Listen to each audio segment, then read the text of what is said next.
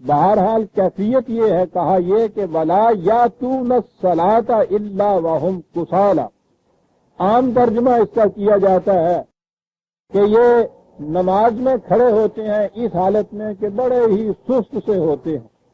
اور بات قرآن اتنی بڑی عظیم چیز کہتا ہے اور ہمارے ہاں سمٹا کے اس کو رکھ دیا اتنا کہ نماز میں ذرا ڈھیلا ڈھالا سا کھڑا ہونا جو ہے نا یہ بری بات ہے. ذرا چست طریقے پہ کھڑا ہونا چاہیے. یعنی منافق اگر یوں کھڑا ہو جائے تو منافقت ختم ہو گئی، اور اگر ذرا یوں ہو جائے تو پھر کہا کہ نہیں صاحب منافق.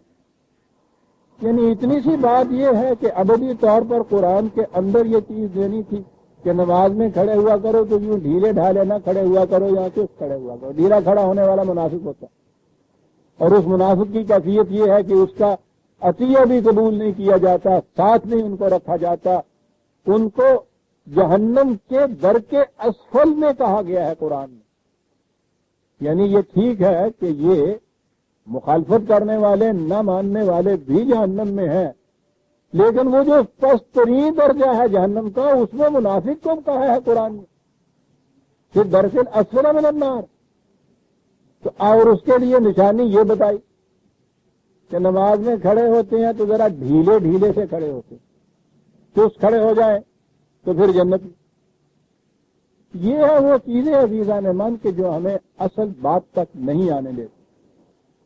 بڑی عظیم چیز اور قرآن کا اعجاز ہے. میں کہتا ہوں کہ ایک لفظ استعمال کرتا ہے اور اتنی جامع چیز اس میں بیان کر کے رکھ جاتا ہے. بنیاد یہ سمجھیے دین کی کہ یہاں کوئی چیز محض ذہنی اور نظری نہیں ہے. ذہنی اور نظری کا میں کئی دفعہ بتایا کرتا ہوں، جسے کہتے ہیں نا کہ صاحب اس طرح سے کھڑے ہو جائیے نماز میں تو بھائی اس سے کیا ہوتا ہے، وہ کہتے ہیں ثواب ہوتا ہے. بھئی وہ کیا ہوتا ہے، کہتے ہیں ثواب ہوتا ہے. تو مجھے بتائیے تو صحیح کہ وہ کیسے پتا ہو کہ ثواب ہو گیا ہے اور وہ ثواب نہیں ہوا. کوئی جواب نہیں. زیادہ زور دیجیے تو صاحب یہ معاملہ قیامت میں جا کے پتا چلے گا. یعنی یہاں کوئی پیمانہ ہی نہیں جس سے ماپا جا سکے کہ ثواب ہوا ہے یا نہیں ہوا، ملا ہے یا نہیں ملا. یہ ہو سکتا ہے نا کہ اپنے ذہن سے آپ سمجھ لیں کہ یہ ثواب ہو گیا ہے اور قیامت میں جا کے پتا چلے کہ کچھ بھی نہیں ہوا تھا، تو پھر کیا کیا جائے؟ اور وہاں اس کے بعد تو ایسا وقت ہی نہیں ہوگا کہ آپ کہیں کہ اچھی بات صاحب آپ کے نہیں دوسرے سال امتحان میں بیٹھ جائیں. تو یہاں کوئی پتا چلنا چاہیے نا کہ کچھ ہوا ہے. یہ ہے بنیاد. مذہب میں کسی شے کے متعلق یہاں پتہ نہیں چلتا کہ کچھ ہوا یا نہیں ہوا، آپ کو عقیدتاً ماننا پڑتا ہے. اور یہی وجہ ہے کہ ہر مذہب والا اپنے اپنے مذہب کو مطمئن ہوتا ہے کہ اس کے ماپنے کا پیمانہ کوئی نہیں ہوتا. آپ کا مسجد میں جا کے سجدہ دینا، برہمن کا بت کے سامنے سجدہ دینا، آپ اسے برا کہیے وہ آپ کو برا کہتا چلا جائے گا. کوئی پیمانہ ہے جس سے معلوم ہو سکے کہ وہ غلط کر رہا ہے آپ صحیح کر رہے ہیں؟ آپ اپنے عقیدے کے مطابق صحیح کر رہے ہیں نا، وہ اپنے عقیدے کے مطابق صحیح کر رہا ہے. کوئی خارجی پیمانہ ہونا چاہیے جس سے معلوم ہو کہ جو میں کر رہا ہوں اس کا کچھ حاصل ہو رہا ہے. اسے کہتے ہیں ثواب. اس کا حاصل ہو رہا ہے کچھ. یہ تو اس صورت میں بنتا ہے ثواب ہی سے تو ثواب ہے جسے کپڑا کہتے ہیں. اس نے ایک جگہ کہا ہے کہ ایسے ایسے صورتیں بھی ہیں کہ تانا ہی دانا ہوتا ہے، اس سے تو کپڑا نہیں بنتا. کہیں بانا ہی بانا ہوتا ہے، نہیں بنتا اس سے بھی.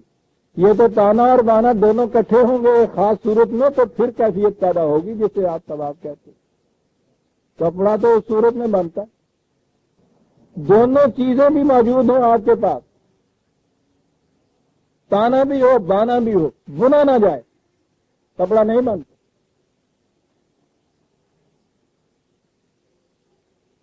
ضروری چیزوں کا مہیا ہونا، ان کو اس خاص طریقے کے اندر آپس میں جوڑنا، اس میں ارتباط پیدا کرنا، اور اس کے بعد محسوس طور پر معلوم ہونا کہ کچھ بن گیا ہے. یوں کپڑے بنانے والے کے لیے تو عزیزان من کہیں ایک تاگا ٹوٹ جاتا ہے نا تو پوچھیے کھڈی بننے والے سے وہی کھڑا ہو جاتا ہے. وہ کیوں کھڑا ہوا ہے؟ وہ کہتا ثواب نہیں ہو رہا. وہ گرہ لگا کے پھر آگے چلتا ہے. اور پھر ٹوٹی ہوئی گرے والا بھی جو ثواب ہوتا ہے وہ مارکیٹ میں آ کے کم دام پہ بکتا ہے. ثواب میں کچھ کمی ہو گئی ہوئی ہوتی ہے. روز آپ کہتے ہیں، میں کہتا ہوں ایک ناز میں پتہ چل جاتا ہے ثواب ہوا ہے یا نہیں ہوا. یہ ہے فرق. یہ تھی وہ چیز جس کے لیے انہوں نے اعلان چیلنج دیا تھا اس قوم نے کہ باقی ساری دنیا کی قومیں اپنے اپنے راستے کے اوپر چلے جا رہے ہیں. قُلْ اعْمَلُوا عَلَىٰ مَكَانَتِكُمْ إِنِّي عَامِلٌ فَسَوْفَ تَعْلَمُونَ مَنْ هُوَ. ہم کوئی نظری باتیں نہیں تم سے کرتے، کوئی مباحثے نہیں کرتے، مناظرے نہیں کرتے.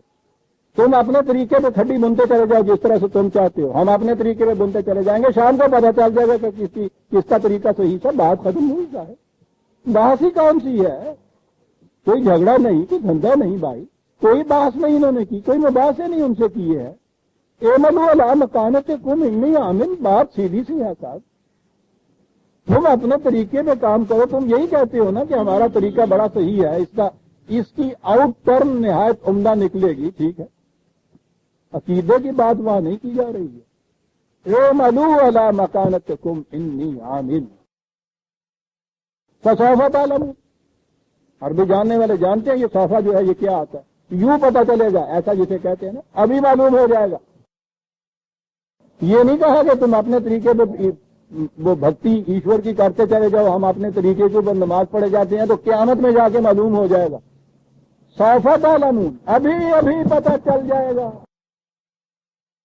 اعْمَلُوا عَلَىٰ مَكَانَتِكُمْ إِنِّي عَامِلٌ. میں بھی بحث نہیں کرتا، میں اپنی جگہ کرتا ہوں کام، تم اپنی جگہ کام کرو، معلوم ہو جائے گا. نتیجہ بتا دے گا کس کا نتیجہ صحیح ہوتا. اب معلوم ہوا آپ کو کہ کیا فرق ہے مذہب میں اور دین میں. یہاں یوں ہی کوئی ذہنی یا اعتقادی چیز نہیں ہے. یہ ٹھیک ہے کہ اصول جو ہیں ان کو تو اپنی جگہ رکھنا ہوتا ہے. اس کی پرکھ ہمیشہ عمل سے ہوتی ہے، کام کرنے سے ہوتی ہے. اس کام کا نتیجہ سوف تعلمون.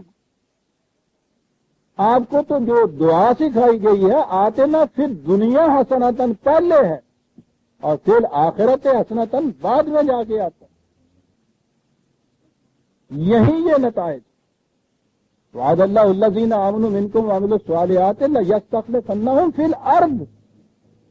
ایمان اور اعمال صالحہ کا نتیجہ اس زمین کے اوپر مملکت اور حکومت اور اقتدار کا ملنا. یہ جو کچھ قرآن نے کہا، اور وہ اس طریقے پہ ملنا ہے کہ وہ تم غالب رہو گے اگر جب تک تم مومن رہو گے.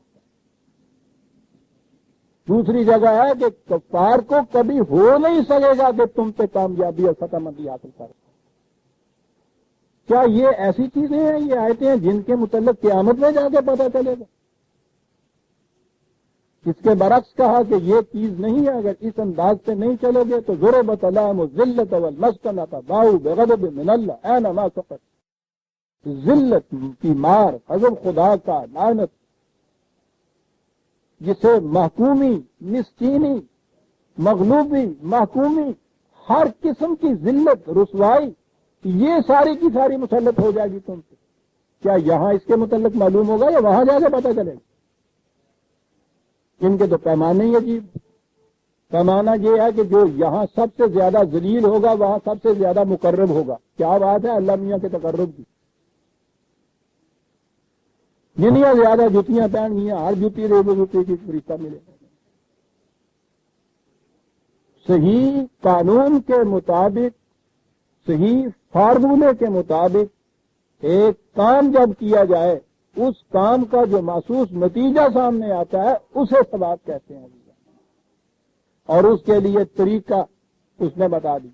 فارمولہ صحیح ہونا چاہیے، پہلی چیز بنیاد ہے. یہ کوئی کام اپنا صحیح نتیجہ نکال ہی نہیں سکتا اگر وہ فارمولہ صحیح نہیں ہے جس کے مطابق آپ کر رہے ہیں. یہ جسے آپ فارمولہ کہتے ہیں نا، اسے کہتے ہیں ایمان. بیسک فارمولہ وہ بڑا صحیح ہونا چاہیے. اس میں اگر ذرا سی غلطی ہے تو پھر آگے جتنا جی چاہے آپ کام کیجئے اس کا نتیجہ صحیح نہیں نکلے گا. لیکن یہ بات کہ فارمولہ صحیح ہے یا غلط ہے، اس کی پرکھ اعمال کے نتیجے سے جا کے ہوگی. تو فارمولہ صحیح ہو، پھر اس کے مطابق جتنی چیزوں کی ضرورت ہے، میٹیریل کی ضرورت ہے، وہ مہیا ہو. فارمولے کے مطابق ان کو آپس میں جوڑا جائے. ورنہ ہائیڈروجن اور آکسیجن جو ہے ان کو الگ الگ رکھ چھوڑیے، قیامت تک کے لیے رکھ چھوڑیے، ایک قطرہ پانی کا نہیں بنتا. وہ تو فارمولہ ہے H2O، یقینی چیز. پھر دونوں گیسوں کا ہونا وہ بھی ضروری. پھر ان دونوں کا اس طریقے سے ملانا.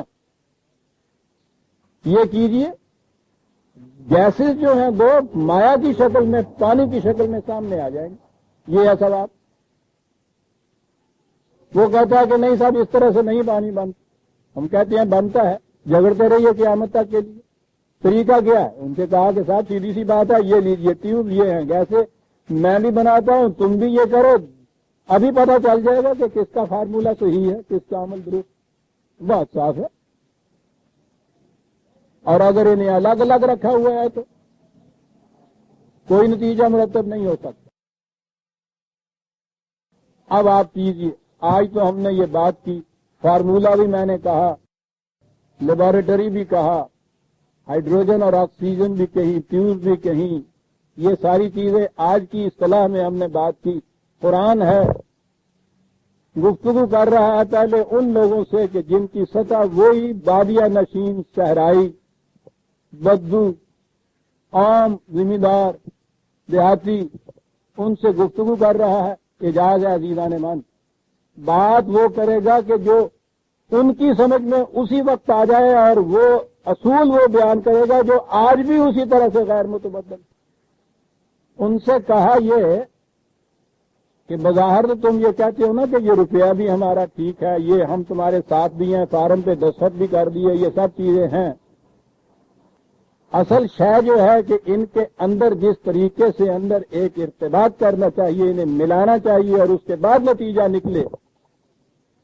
منافقت میں یہ بات نہیں نا. پہلی چیز تو یہ ہے کہ زبان اور قلب دو ملے نہیں نا آپس میں، الگ الگ رکھے ہوئے ہیں نا. عمل اور ایمان اکٹھے نہیں ہے نا، الگ الگ رکھے ہوئے ہیں نا.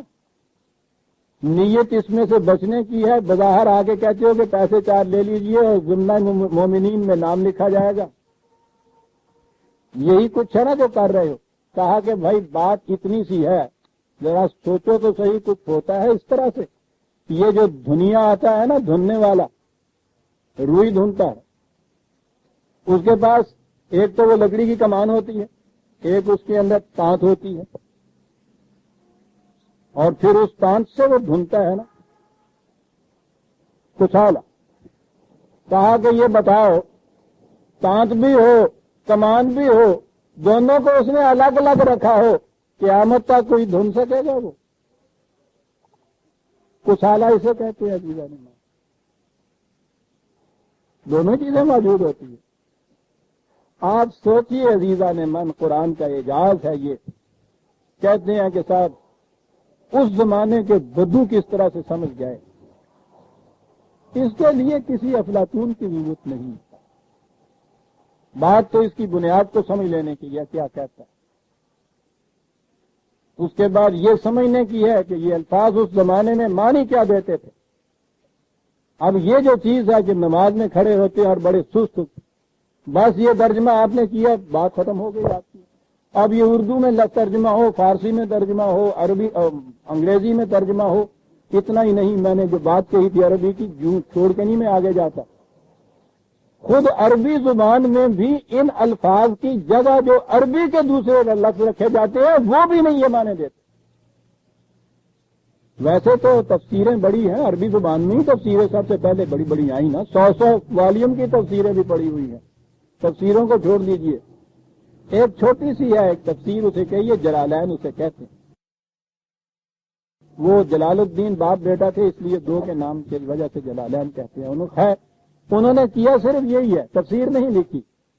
یہ قرآن کے جو الفاظ ہیں نا ان کے آگے بریکٹ کے اندر عربی زبان کا دوسرا لفظ لکھ دیا اپنے ذہن میں ان کے یہ کہ ذرا اور آسان لفظ جیسے کہتے ہیں نا، موٹے لفظ کی جگہ ایک آسان لفظ، وہ آسان لفظ اس کی جگہ لکھ دیا ہے انہوں نے۔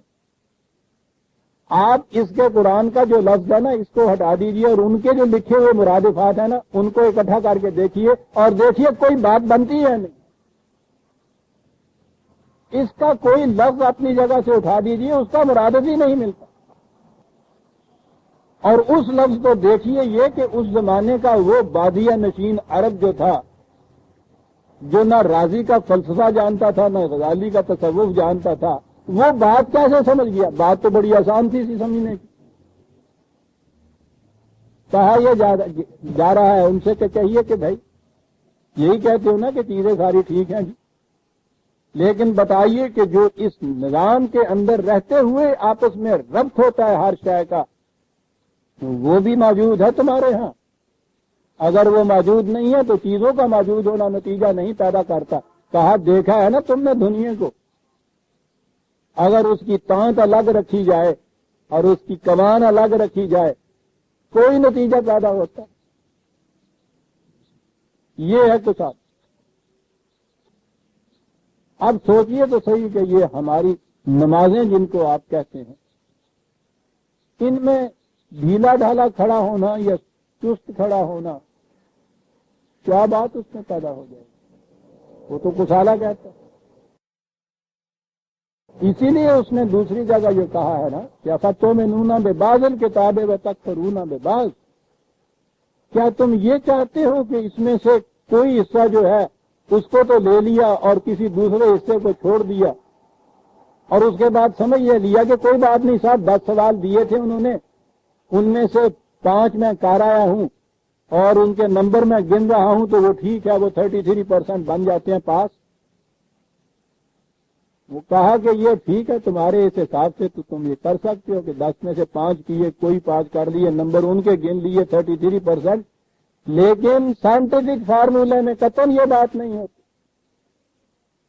اس میں پرسنٹیج کا سوال ہی نہیں ہوتا، اس میں یا تو 100% ہونا چاہیے، اگر 99% بھی ہے تو کوئی نتیجہ نہیں۔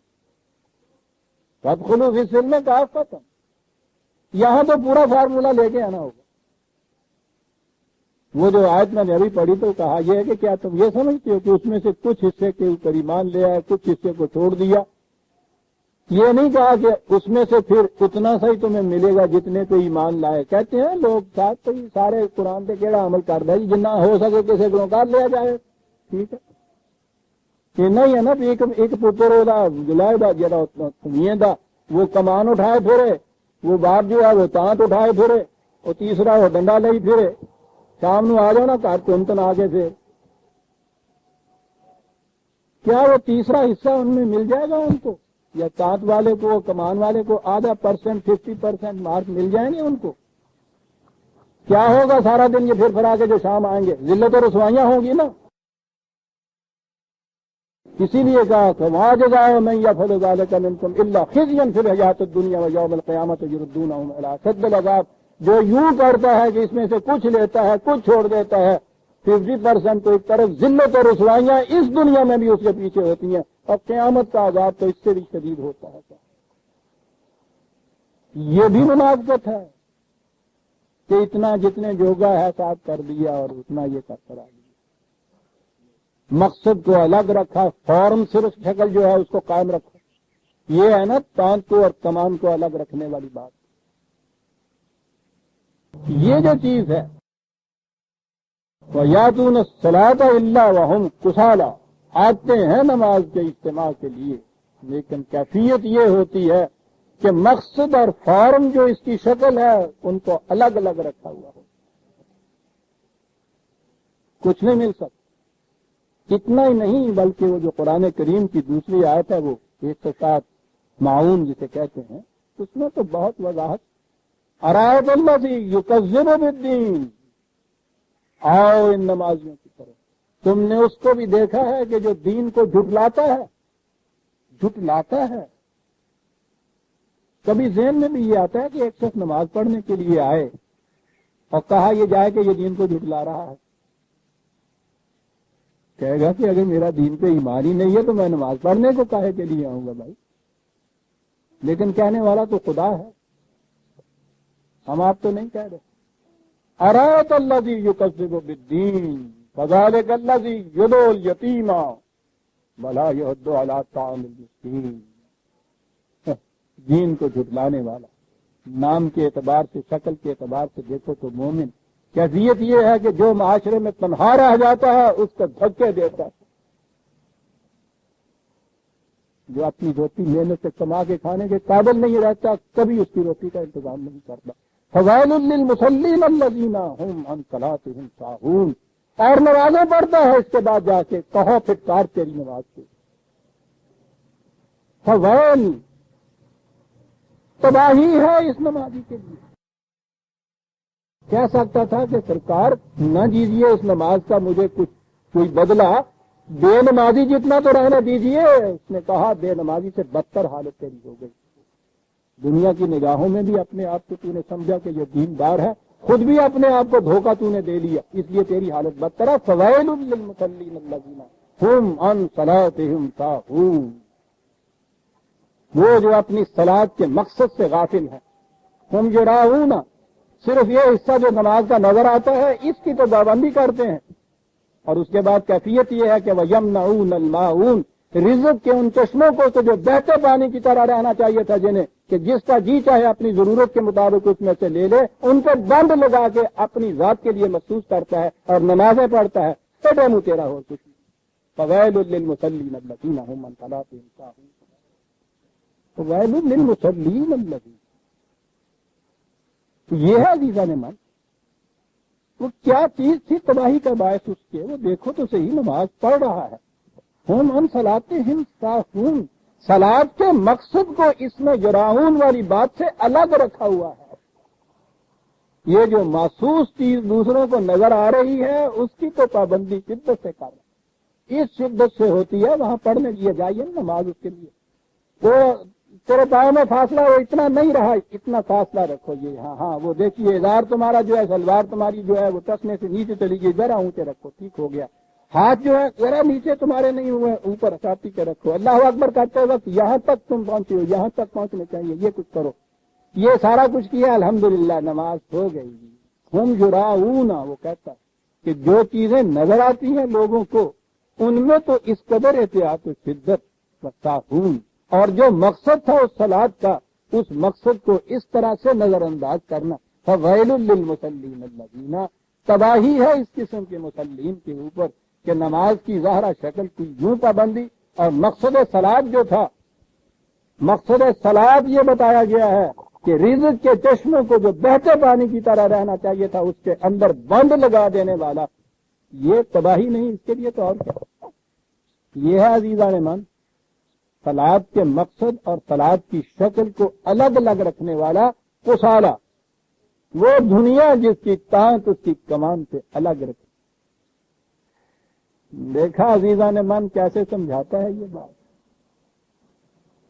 وَلَا يَأْتُونَ الصَّلَاةَ إِلَّا وَهُمْ كُسَالَىٰ وَلَا يُنْفِقُونَ إِلَّا وَهُمْ كَارِهُونَ. صلاۃ کی یہ کیفیت. اور جو دیتا ہے مرتا مرتا ہوا دیتا ہے، دل کی کشاد سے نہیں، مصیبت پڑی ہوئی جیسے ایک ہوتی. اور اسی لیے کہا کہ جس کا دل خوش نہیں ہے کچھ دینے سے اس کا پیسہ لینا بھی نہ جائے گا تمہارے.